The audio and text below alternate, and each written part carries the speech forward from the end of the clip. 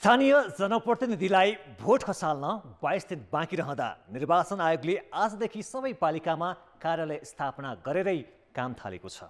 कान्तिपुर समाचारमा आज पालिका भागवण्डाप्रति असन्तुष्टि जनाउँदै तालमेल नमान्ने बताएका कार्यकर्तालाई सत्ता गठबन्धनका नेताले कसरी मनाउलान्?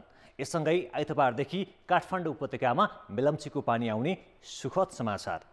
भोलिदेखि सुरु एसई को परीक्षाको तयारी र कानुन बनाएर मात्रै नदीजन्य सामग्री उत्खनन गर्न सर्वोच्चको आदेश लगायतका सामग्री हामीसँग छन्। अन्तर्राष्ट्रिय समाचारमा युक्रेनको मरिउपोल सहर कब्जामा लिएको रुसको अबको रणनीति अनि खेलकुदमा एसियन गेम्समा नेपालको तयारीबारे रिपोर्ट लगायतका सामग्री हामीसँग रहेका छन्। आज स्थानीय तह निर्वाचनका लागि 22 दिन मात्रै बाँकी रहँदा निर्वाचन आयोगले आजदेखि सबै 753 पालिकामा कार्यालय स्थापना गरेर काम सुरु गरेको छ। अब आयोगले चुनावी प्रक्रियादेखि आचार संहिता अनुगमन समेत स्थानीय तहबाटै गर्दैछ। 753 स्थानीय तहमै निर्वाचन अधिकृतका कार्यालय स्थापना भएसँगै अब निर्वाचनका गतिविधि पालिका केन्द्रित भएका छन्। जिल्ला सदरमुकाम रहेको पालिकामा भने मुख्य निर्वाचन अधिकृतको कार्यालय रहनेछ। स्थानीय स्तरमा आचार संहिता पालनाको अनुगमन, मतदाता नामावली टाँस्ने, उम्मेदवारी दर्ता, मतदान र मतगणनासम्मको काम निर्वाचन कार्यालयहरूबाटै हुन्छ। हाम्रो सबै 753 तहमा निर्वाचन कार्यालयहरू खुलिसके। ती निर्वाचन कार्यालयहरू आफूले गर्नुपर्ने कार्यतालिका जुन निर्वाचन आयोगले दिएको छ त्यो कार्यतालिका अनुसार उहाँहरूले काम सुरु गरिसक्नु भएको छ। अब हाम्रो बाँकी भनेको यता निर्वाचनको व्यवस्थापनका कामहरू पनि लगभग हामीले सबै सकिसक्यौँ। सामान खरिद गर्ने, तत्त्व ठाउँमा पुर्याउने लगायतका विविध व्यवस्थापनको कामहरू सकिए। कार्यालय खुलेपछि निर्वाचन अधिकृतहरूले आफ्नो पालिकाको आन्तरिक चुनावी काम थालिसकेका छन्। मतदान केन्द्रहरूको सूची निर्वाचन आयोगले निर्धारण गरेर पठाएको छ र त्यो सूची हामी प्रकाशन गर्छौँ। र दोस्रो निर्वाचन कार्यक्रम जुन निर्वाचन आयोगले तय गरिसकेको छ त्यो कार्यक्रम हामी प्रकाशन गर्छौँ। निर्वाचनलाई स्वच्छ, निष्पक्ष र भयरहित बनाउन आफूहरू दत्तचित्त भएर लाग्ने उनीहरूको भनाइ छ। हामीलाई पनि आफ्नै किसिमका आचार संहिता छन्। त्यो आचार संहिताको परिधिभित्र हामीले पनि बस्नुपर्ने हुन्छ। सबभन्दा पहिले त कार्यालयका कर्मचारी व्यवस्थापन गर्छौँ आजैबाट। त्यसपछि अनि हामी यो जिल्लाभरिका सबै पालिकामा खटाउनु पर्ने कर्मचारीहरू लगायतको विवरण पनि हामी जिल्ला निर्वाचन कार्यालय मार्फत सङ्कलन गर्छौँ। निर्वाचन कार्यालय स्थापनापछि त्यहाँको सुरक्षा र चुनावी चहलपहल पनि बढेको छ। प्रक्रियागत काम सकेर वैशाख 11 र 12 गते उम्मेदवार मनोनयन गर्ने तालिका छ। दल र उम्मेदवारहरूले 27 गतेसम्म प्रचार प्रसार गर्नेछन्। वैशाख 30 गते बिहान 7 बजेदेखि बेलुका 5 बजेसम्म मतदानको समय तय गरिएको छ। कान्तिपुर समाचारका लागि जिल्ला सहकर्मीहरूका साथ क्यामेरामा राजेन्द्र महर्जन र दीपक आचार्य, काठमाडौँ। सत्तारूढ दलहरूको आफ्नै दाउपेचले स्थानीय तह निर्वाचनका लागि उम्मेदवारी चयन पेचिलो बन्दै गएको छ। महानगर र उपमहानगरमा केन्द्रबाटै तालमेल गरे पनि स्थानीय स्तरमा पार्टीहरूभित्रै असन्तुष्टि चर्किँदा दल नै त्याग्नेदेखि कार्यालयमा ताला लगाउनेसम्मका काम भएका छन्। नगर र गाउँपालिकाहरूमा पनि कतै तालमेल भएको छ त कतै एकअर्का विरुद्ध गठबन्धन दलहरू नै प्रतिस्पर्धा गर्दैछन्। रुकुम पश्चिमका 6वटा पालिकामा गठबन्धन दलबीच अहिलेसम्म सहमति नजुट्दा काङ्ग्रेस माओवादी केन्द्र र एकीकृत समाजवादी खुला प्रतिस्पर्धामा चुनावमा जाने तयारीमा छन्।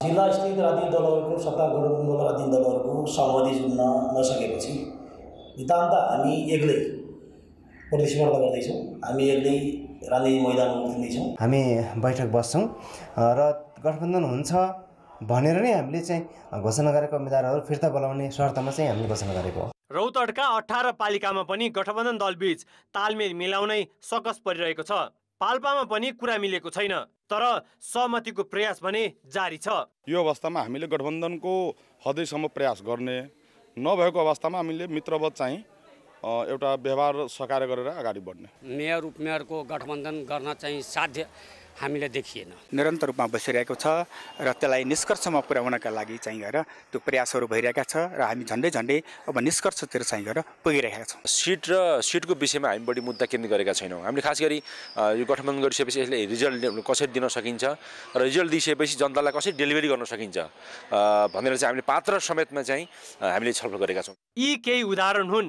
753 पालिका मध्ये धेरैमा गठबन्धनभित्रै एकले अर्कोलाई सहज स्वीकार गर्न कठिन मानेको देखिन्छ। त्यसो त सत्ता गठबन्धनले केन्द्रबाटै तालमेल गरेका 6 महानगर र 11 उपमहानगरमा समेत असन्तुष्टि छ। राजनीतिमा राजनीतिक कार्यकर्ताको भावना, सक्रियता, त्यसको चाहिँ आफ्नो सङ्गठनात्मक काम गर्ने शैली र त्यसपछि जुन निर्वाचनका मुद्दाहरूलाई पनि किनभने उठाउने जुन छ त्यसको लागि चाहिँ अहिले चाहिँ मूल रूपमा चाहिँ हामीले स्थानीय स्तरमा नै जे जति सम्भावनाहरू छ तालमेल गर्ने। 753 पालिकामै गठबन्धन गर्ने भनेर केन्द्रबाटै निर्णय गर्न सक्नु भएन र त्यसले गर्दाखेरि चाहिँ यो स्थानीय आवश्यकता र औचित्य अनुसार भन्ने कुरा चाहिँ काङ्ग्रेसले मात्रै गरे होइन, स्वयं माओवादीहरू पनि गरिरहनु भएको छ, अन्य दलहरू पनि गरिरहनु भएको छ। त्यसले गर्दाखेरि त्यो चाहिँ सबै पार्टीभित्र उत्पन्न समस्या, भागभण्डाको समस्या। गठबन्धनको जोड मुख्य गरी एमालेलाई एक्ल्याउने र आफूहरूले मिलेर चुनाव जित्ने भन्ने हो। तर कार्यकर्ताको भावना र आकांक्षी व्यवस्थापनको सकस नै तालमेलका लागि तगारो बनेको देखिन्छ। कान्तिपुर समाचारका लागि जिल्ला सहकर्मीहरूको सहयोगमा क्यामेरामा रूपक कोइरालाका साथ सुबिन्द्र श्रेष्ठ, काठमाडौँ। आकांक्षी धेरै भएपछि नेकपा एमालेलाई स्थानीय तहमा उम्मेदवार टुङ्गो लगाउन सकस परेको छ। चैत मसान्तसम्म सिफारिस गरिसक्न निर्देशन दिएको एमाले आकांक्षी बढी हुँदा अधिकांश पालिकामा अहिलेसम्म उम्मेदवार तय गर्न सकेको छैन। आज बसेको एमाले सचिवालय बैठकले थप छलफल गरेर पर्सि 10 गतेभित्रै पार्टीको तर्फबाट उठ्ने उम्मेदवारको टुङ्गो लगाउने निर्णय गरेको छ। 7 स्थानीय तह चुनावमा महानगर र उपमहानगरपालिकामा सिट तालमेल गर्ने सत्ता गठबन्धनको निर्णयसँगै नेपाली काङ्ग्रेसभित्र असन्तुष्टि बढेको छ। आफ्नो पकड बलियो रहेका ठाउँमा तालमेल गरेर अरूलाई सिट दिएको आरोप काङ्ग्रेसको नेतृत्वलाई लागेको छ। विशेष गरेर चितवन र पोखरामा देखिएको असन्तुष्टि मिलाउन काङ्ग्रेसलाई कठिन हुँदैछ। सत्ता गठबन्धनको बैठकमा निरन्तर जस्तो सहभागी हुँदै आएका काङ्ग्रेस महामन्त्री गगन थापा पछिल्लो केही दिन यता बैठकमा उपस्थित भएनन्। स्थानीय निर्वाचनमा गठबन्धन गर्नु हुँदैन भन्ने मत उनको छ। नेता शेखर कोइरालालाई पनि चुनावी तालमेल गर्ने निर्णय मन परेको छैन। त्यही कारण उनले सार्वजनिक रूपमै पार्टी नेतृत्वको विरोध गर्दै आएका छन्। स्थानीय स्तरमा पनि तालमेलको विरोध भएको छ। यत्रो भोट भएको पोखरा, यत्रो भिजन भएको काङ्ग्रेस, यत्रो योगदान भएको काङ्ग्रेस बाहेक अरू गठबन्धन दलका अरू साना पार्टीहरूको चाहिँ मतभार पनि छैन, जनमत पनि छैन, विकास गर्न पनि सक्दैनन्, भिजन पनि छैन। त्यही भएर काङ्ग्रेसको उम्मेदवार चाहिन्छ। यसका लागि हामी काङ्ग्रेस बिनाको पोखराको मेयर हामी सोच्न पनि सक्दैनौँ। त्यसो त 2074 सालको स्थानीय तहको चुनावमा पनि काङ्ग्रेस र माओवादी केन्द्रबीच गठबन्धन नभएको होइन। तर अघिल्लो पटक माओवादी केन्द्रलाई भोट हालेका काङ्ग्रेसका कार्यकर्ता यसपटक आफ्नै चुनाव चिन्हमा मतदान गर्ने पक्षमा छन्। नेपाली काङ्ग्रेसका नेता साथीहरूले यसलाई हामीमाथिको अपमान भयो, पार्टी सङ्गठन चुस्त दुरुस्त गराउनु पर्नेमा केन्द्रबाट नै पार्टी सङ्गठनलाई कमजोर बनाउने खेल खेलियो भन्ने किसिमको असन्तुष्टिहरू यत्रतत्र पाइएको छ। स्थानीय तहबाट जतिसुकै असन्तुष्टिका आवाज आए पनि काङ्ग्रेसको केन्द्रीय नेतृत्व अर्थात् संस्थापन पक्ष त्यसलाई सुन्ने पक्षमा छैन। गठबन्धन दलबीच भएको तालमेल बाध्यता भएकाले यसले समग्र पार्टीलाई नै फाइदा पुग्ने जिकिर संस्थापन पक्षको छ। लोकतान्त्रिक व्यवस्थाको रक्षाका लागि पार्टीले एउटा ऐतिहासिक निर्णय लियो, त्यो भनेको गठबन्धनबाट चुनावमा जाने। त्यसो भएको हुनाले पार्टीले गम्भीर राजनीतिक परिस्थितिमा लिएको कदमलाई हामी सबैले सफल पार्नुपर्ने दायित्व छ। गठबन्धन दलबीच सकेसम्म सबै स्थानीय तहमा चुनावी तालमेल गर्ने सहमति छ। तर केन्द्रले 6 महानगर र 11 उपमहानगरपालिकाको मात्र तालमेल सम्बन्धी निर्णय गरेको छ। बाँकी सबै स्थानीय तहमा भने नेता तथा कार्यकर्ताको भावना विपरीत तालमेल सहज देखिँदैन। कान्तिपुर समाचारका लागि चितवनबाट राजु चौधरी र क्यामेरामा श्याम श्रेष्ठका साथ पर्वतराज घिमिरे, काठमाडौँ। यसैबीच माओवादी केन्द्रका अध्यक्ष पुष्पकमल दाहालले गठबन्धनको तालमेलप्रति देखिएको असन्तुष्टिलाई स्वाभाविक र सामान्य भन्दै यसले चुनावी परिणाममा असर नपुग्ने दावी गरेका छन्। कैलालीको धनगढी विमानस्थलमा आज आयोजित पत्रकार सम्मेलनमा माओवादी अध्यक्ष दाहालले अहिलेको असन्तुष्टि बिस्तारै सामान्य भएर जाने र त्यसले निर्वाचनको परिणाममा कुनै असर नपार्ने बताए। त्यसले परिणाममा केही फरक पार्दैन र 1-2 दिनभित्र ती सबै साथीहरू पनि अन्ततः शान्त हुन्छन्। गठबन्धनको केन्द्रले बडो बुद्धिमत्तापूर्वक राष्ट्रको एकता, स्थिरता, संविधानको रक्षा र लोकतन्त्रको सुदृढीकरणको लागि नै गरेको रहेछ भन्ने कुरा सबैले बुझ्ने हुन्छ। स्थानीय तह निर्वाचनमा तालमेल गर्ने सहमति गरेका सत्ता गठबन्धन दलले 7 प्रदेशमा संयुक्त चुनावी सभा गर्ने भएका छन्। गठबन्धन दलहरूको आन्तरिक तयारी तथा अनुगमन संयन्त्रको आज बसेको बैठकले वैशाख 18 देखि 22 गतेसम्म संयुक्त सभा गर्ने र शीर्ष नेताहरूले सम्बोधन गर्ने निर्णय गरेको हो। यसैबीच नेपाली काङ्ग्रेसले काठमाडौँ महानगरपालिकाको मेयरमा 5 जनाको नाम सिफारिस गरेको छ। काठमाडौँ नगर समितिले सृजना सिंह, नीलकाजी साक्य, हरिप्रभा खड्की, सुसन वैद्य र प्रगतिमान रञ्जितको नाम सिफारिस गरेको हो। अब जनताको आवाज आज हामीले 7 प्रदेशमा सोधेका छौँ। महानगर र उपमहानगरका प्रमुख र उपप्रमुखमा गठबन्धन दलले गरेको चुनावी तालमेललाई के भन्नुहुन्छ? जनताको आवाज सत्तामा जाने एउटा भर्याङ मात्रै हो। गठबन्धन गरेर चुनावमा अगाडि बढ्नु चाहिँ राम्रो हुन्छ। निर्वाचनमा हाम्रो पक्षमा मत ल्याउँछौँ, परिणाम ल्याउँछौँ भन्ने कुराको सङ्केतको रूपमा यसमा हामी यसलाई लिएका छौँ। आफ्नो पहिचान बिर्सिएको छ, यसमा हामी सबै दुखी छौँ। जनताहरूको इच्छा विपरीत हो। कुन व्यक्तिले राम्रो गर्छ त्यसैलाई हेर्ने हो, हामीले त्यसैलाई भोट दिने हो। हार स्वीकार गरेको हो उहाँहरूले। साह्रै नै दुःखदायी र लज्जास्पद कुरो हो। प्रेसर गरेर 10 वटा विचारको मान्छेलाई एक ठाउँमा ल्याउनु यो प्रजातान्त्रिक विरोधी सिद्धान्त। नेताले चाहिँ आफ्ना नजिकका मान्छेहरूलाई मात्र संरक्षण गरेको जस्तो पनि हामीले बुझेका छौँ। स्थानीय पार्टीसँग आवश्यक समन्वय नगरी केन्द्रबाट चाहिँ यो लाद्ने कुरा चाहिँ राम्रो होइन। गठबन्धनले गर्दा जनताको अधिकारहरू रहेनन्। जनताको चुनावप्रतिको जुन उत्साह छ त्यो नै मरेर जान्छ। भागभण्डा गर्दाखेरि चाहिँ सक्षम मान्छे चाहिँ पछाडि पर्छ। खर्चको लागि र यो देशको आर्थिक व्यवस्थाको लागि पनि यो गठबन्धन चाहिँ राम्रो हो। आफ्नो स्वार्थको लागि जसरी उहाँहरूले गठबन्धन ल्याउनु भयो त्यो चाहिँ राम्रो कुरा होइन। कुन पार्टीको के हैसियत छ भन्ने कुरो त स्पष्ट नहुने हुनाले त्यो गठबन्धन ठिक छैन। योग्य व्यक्तिहरूलाई चाहिँ पाखा लाउने काम भइरहेछ। के उद्देश्यको लागि गरेको हो त्यो बुझ्नै गाह्रो छ। यसले सिन्डिकेट लागू गर्यो, खासै राम्रो होइन। लोकतन्त्र भनेको प्रतिस्पर्धा हो, प्रतिस्पर्धा हुनुपर्दछ। प्रतिस्पर्धा गर्न सक्दैनन् भने चुनाव केका लागि? पार्टी फरक फरक, विचार फरक फरक, अनि चुनावमा मात्रै गठबन्धन भनेको त यो भागभण्डा मिलिजुली खाने कुरा मात्रै हो।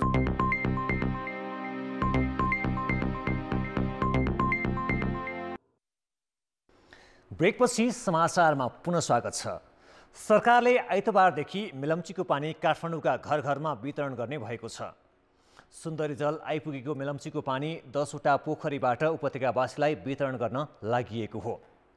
गत असारमा आएको बाढीले मेलम्ची खानेपानी आयोजनाको मुहान क्षेत्र नै तहस नहस बनाएपछि मर्मत गरेर चैत 29 गते पानी सुरुङमा पठाइएको थियो। पहिलोपटक मेलम्चीको पानी आउँदा बालाजु, बाँसबारी, पानीपोखरी, मीनभवन र खुमलटार लगायतका 9 वटा पोखरीबाट उपत्यकावासीलाई वितरण गरिएको थियो। यसपालि कटुन्जे थपेर 10 वटा पोखरीबाट पानी दिइनेछ। सरकारले नेपाली जनताको स्वास्थ्य आवश्यकता सम्बोधन गर्न सहयोग गरेको भन्दै विश्व स्वास्थ्य सङ्गठनको प्रशंसा गरेको छ। विश्व स्वास्थ्य सङ्गठनले भूकम्प, कोभिड महामारी लगायतका विभिन्न जोखिमका बेला नेपाललाई सहयोग गर्दै आएकोमा सरकारले प्रशंसा गरेको हो। सङ्गठनका महानिर्देशक टेड्रोस अधानोम ग्याब्रियेससको भ्रमणका क्रममा स्वास्थ्य मन्त्रालयले औषधिको गुणस्तर नियन्त्रण र पहुँच, उन्नत प्रयोगशाला नियामक क्षमता, मानव संसाधन विकास, प्रविधि स्थानान्तरण र चिकित्सा अनुसन्धान तथा निदानको लागि सहयोग माग गरेको छ।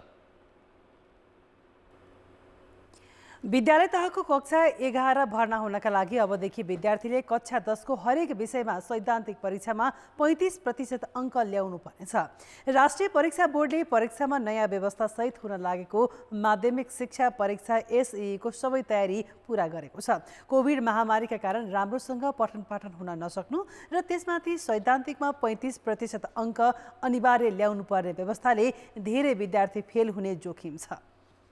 कोरोना महामारीका कारण 2 वर्षपछि परीक्षा बोर्डले भौतिक उपस्थितिमा केन्द्र निर्धारण गरी प्रश्नपत्र मार्फत नै एसई परीक्षा लिन लागेको हो। 11,615 विद्यालयका 5,14,760 विद्यार्थीले आवेदन भरेको एसई परीक्षाका लागि देशभर 2007 परीक्षा केन्द्र निर्धारण गरिएको छ। काठमाडौँमा सबैभन्दा बढी 36,000 र सबभन्दा कम मनाङमा 29 जना परीक्षार्थी छन्। परीक्षालाई शान्तिपूर्ण र मर्यादित बनाउन केन्द्राध्यक्ष, निरीक्षक र सुरक्षाकर्मी गरी 70,000 भन्दा बढी जनशक्ति खटिँदैछन्। साधारणतर्फ 160 र प्राविधिकतर्फ 42 विषयको परीक्षा हुन लागेको हो। 5 लाख विद्यार्थीको भविष्यसँग जोडिएको परीक्षालाई मर्यादित बनाउन परीक्षा बोर्डले आग्रह गरेको छ। यसपटक यो एसई परीक्षाको सन्दर्भमा प्रदेश परीक्षा व्यवस्थापन समिति गठन भइसकेको हुनाले धेरै कुराहरू चाहिँ प्रदेशले आफ्नो प्रदेशभित्र हेर्ने हुनाले केन्द्रले प्रश्नपत्रहरू सम्बन्धित ठाउँहरूमा पुर्याउने कुराहरू केन्द्रले गरिसकेको छ र अब धेरै कुराहरू चाहिँ प्रदेश परीक्षा व्यवस्थापन समितिले आवश्यक मोनिटरिङ गर्ने र अन्य किसिमका कुराहरू चाहिँ प्रदेशले चाहिँ हेर्छ। कोरोना महामारीका कारण यस वर्ष 4 महिना मात्र भौतिक उपस्थितिमा विद्यार्थीको पठन पाठन भयो। वैकल्पिक माध्यमको पढाइ सबैको पहुँच नहुनु मात्र होइन, भएकाको पनि प्रभावकारी छैन, जसले गर्दा विद्यार्थीको शिक्षण सिकाइ कमजोर छ। अर्कोतिर उत्तीर्ण हुन हरेक विषयमा सैद्धान्तिकमा 35% अङ्क ल्याउनुपर्ने बाध्यताले यस वर्ष धेरै विद्यार्थी असफल हुनेमा शिक्षक विद्यार्थी चिन्तित छन्। विद्यार्थीले अभ्यास गर्न पाएनन् र कोर्स त विद्यालयहरूले सकाए जेनतेन, तर जति उनीहरूलाई तयारी गर्दै अभ्यास गराउँदै उनीहरूलाई बुझाउँदै जुन नसकेको हुनाले गर्दाखेरि त्यसले गर्दा अनपेक्षित आउन सक्छ र विद्यार्थीहरूको तयारी पुगेका छैन। उनीहरू आत्तिएका छन्, डराएका छन्, त्रसित छन् र यो नयाँ विधिमा प्रवेश गर्न पर्दाखेरि उनीहरूमा एउटा अन्यलता जस्तो स्थिति सिर्जना भएको छ। कोरोना महामारीका कारण परीक्षा बोर्डले 2 वर्ष एसईको नतिजा आन्तरिक मूल्याङ्कनका आधारमा प्रकाशित गरेको थियो। कान्तिपुर समाचारका लागि क्यामेरामा सञ्जय लुइतेलका साथ नारायण किलम्बु, काठमाडौँ। अर्थ र विकास। आर्थिक वर्षको अन्तिम हुन थालेपछि मात्रै विकास निर्माणका कामले गति लिने गरेको विगतदेखि नै अभ्यास छ। तर व्यवस्थित कानुन बनाएर मात्रै नदीजन्य वस्तुको उत्खनन र निकासी गर्न सर्वोच्च अदालतले आदेश दिएपछि यस वर्ष विकास निर्माणको काम झन सुस्त हुने भएको छ। नेपालमा अहिलेसम्म नदीजन्य सामग्री प्रयोग सम्बन्धी व्यवस्थित कानुन नै बनेको छैन। चालु आर्थिक वर्षको 9 महिनासम्म पुँजीगत खर्च जम्मा 28% छ। तरलताको अभाव समाधान गर्न सरकारले ढुकुटीमा रहेको 4.25 खर्ब रुपियाँ द्रुत गतिमा खर्च गर्नुपर्ने बेला भएको छ। तर यही बेला सर्वोच्च अदालतले नदीजन्य वस्तुको प्रयोगमा व्यवस्थित गर्न आदेश दिएपछि पुँजीगत खर्च गर्न थप सकस हुने भएको हो। विमानस्थल निर्माणदेखि सांस्कृतिक सम्पदा पुनर्निर्माणसम्ममा समस्या हुन सक्नेछ। हाम्रा प्राकृतिक सम्पदाहरूको दोहन पनि रोक्ने विषयमा पहिलेदेखि नै मन्त्रालय स्तरीय विकास समस्या समाधान समिति एमड्याग, राष्ट्रिय स्तरीय विकास समस्या समाधान समिति एनड्यागमा यो कुरा उठेको थियो। अब सम्मानित सर्वोच्च अदालतबाट आदेश भइसकेपछि त्यसको परिपालना गर्नु हामी सबैको कर्तव्य हो। नदीजन्य निर्माणको समस्या र विवाद नयाँ भने होइन। गत वर्ष सरकारले ढुङ्गा, गिटी, बालुवा निकासी गरेर व्यापार घाटा कम गर्ने भन्दै निकासी खुला गरेको थियो। तर जनस्तरबाट विरोध भएपछि सरकारले मापदण्ड बनाएर त्यसलाई थामथुम पारेको थियो। पर्यावरण र विकाससँग प्रत्यक्ष जोडिएको विषयमा बलियो कानुन नहुँदा अहिले झन समस्या देखिएको छ। त्यसलाई उचित ढङ्गले व्यवस्थापन गर्न सकेनन्, त्यसले गर्दाखेरि यो समस्या आइपर्यो र अबको दिनमा यसलाई स्पष्ट कानुनी ढाँचाबाट र वातावरणीय पुष्ट्याइका साथ यति निकाल्न मिल्छ यो ठाउँबाट भन्ने र अब हाम्रो विकासको जुन भोल्युम बढाएको छ नदीको मात्रै म्याटेरियलले पुग्दैन। अब जनमतको अन्तिम परिणाम। जनमतमा हिजो हाम्रो प्रश्न थियो, सरकारले 5 देखि 12 वर्ष उमेर समूहका बालबालिकाका लागि कोरोना विरुद्धको खोप ल्याउन किन नसकेको होला? ए पैसाको अभाव, बी चुनाव केन्द्रित भएर र सी संक्रमण प्रतिको बेवास्ता।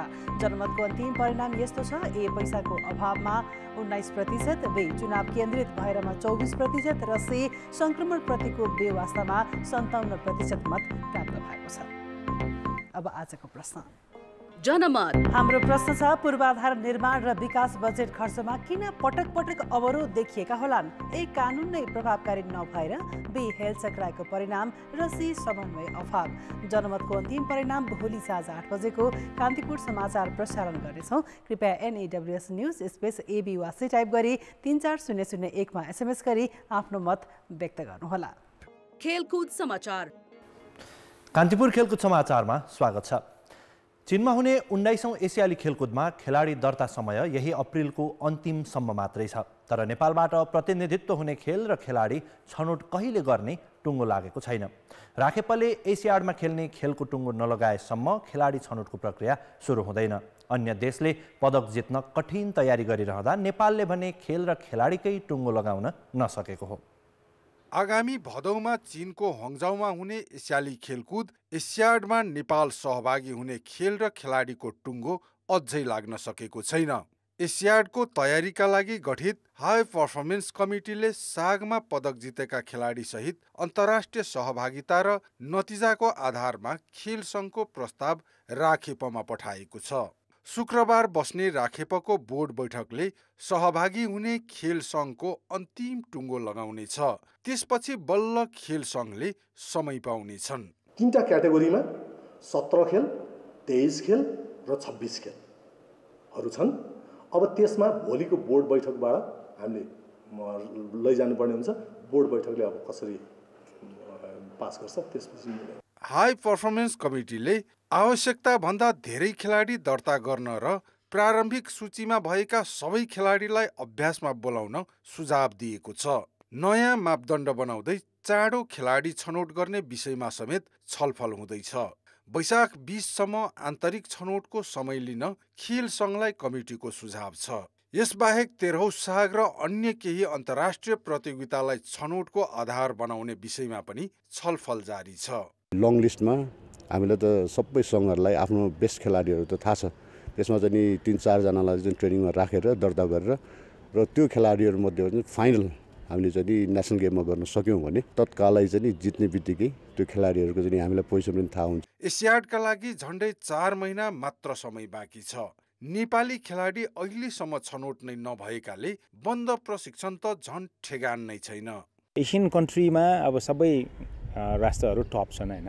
अब धेरै अगाडिदेखि चाहिँ नि अब मेडलको लागि चाहिँ उनीहरूले ट्रेनिङहरू गरेको हैन। अनि त्यसपछि आएर त्यही अनुसारको चाहिँ म्याच एक्सपोजरहरू गरेको हामीले थाहा पाउँछौँ। हाम्रो चाहिँ खासै त्यस्तो खालको केही पनि प्लानहरू छैन क्या। इन्डोनेसियामा भएको 18औं एसियाडमा नेपालले 29 खेलमा सहभागिता जनाएको थियो। उक्त संस्करण नेपालले एकमात्र रजत पदक प्याराग्लाइडिङमा जितेको थियो।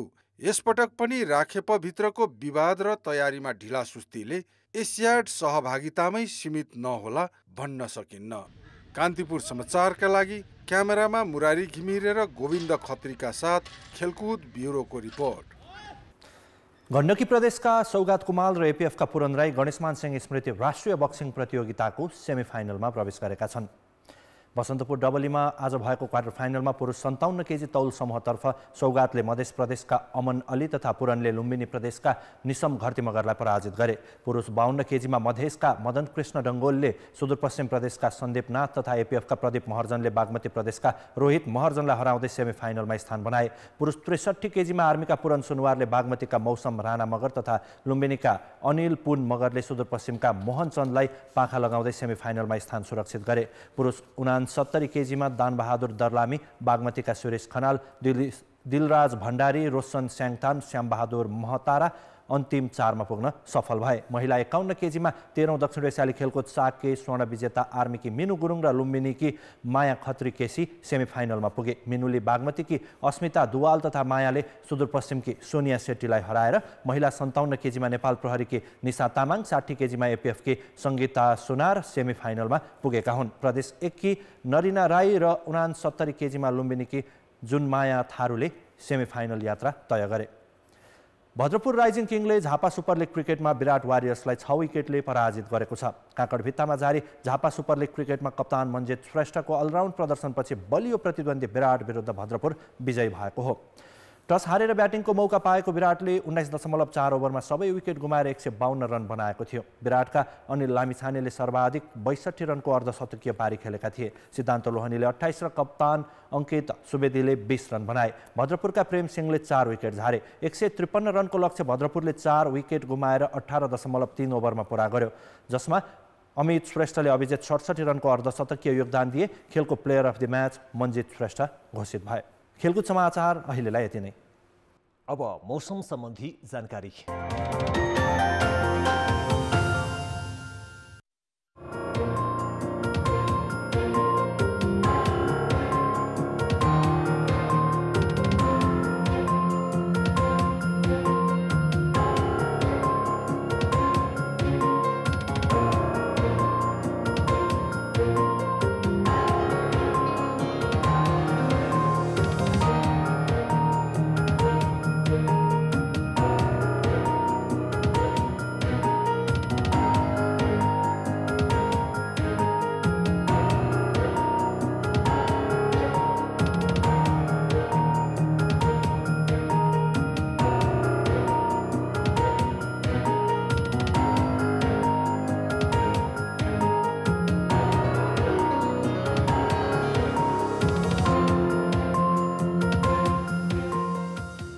अन्त्यमा मुख्य समाचार फेरि एकपटक।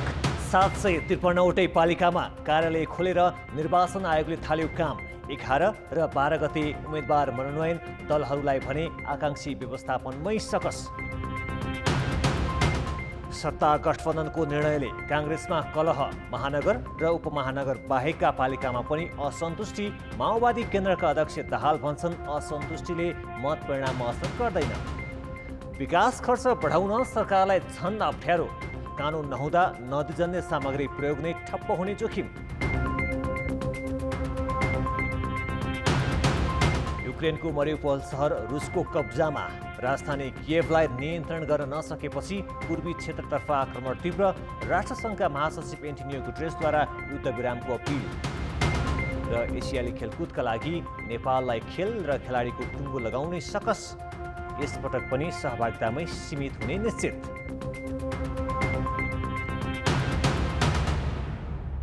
कान्तिपुर समाचार अहिलेलाई सकियो। कान्तिपुर टेलिभिजन हेर्दै गर्नुहोला। नमस्ते।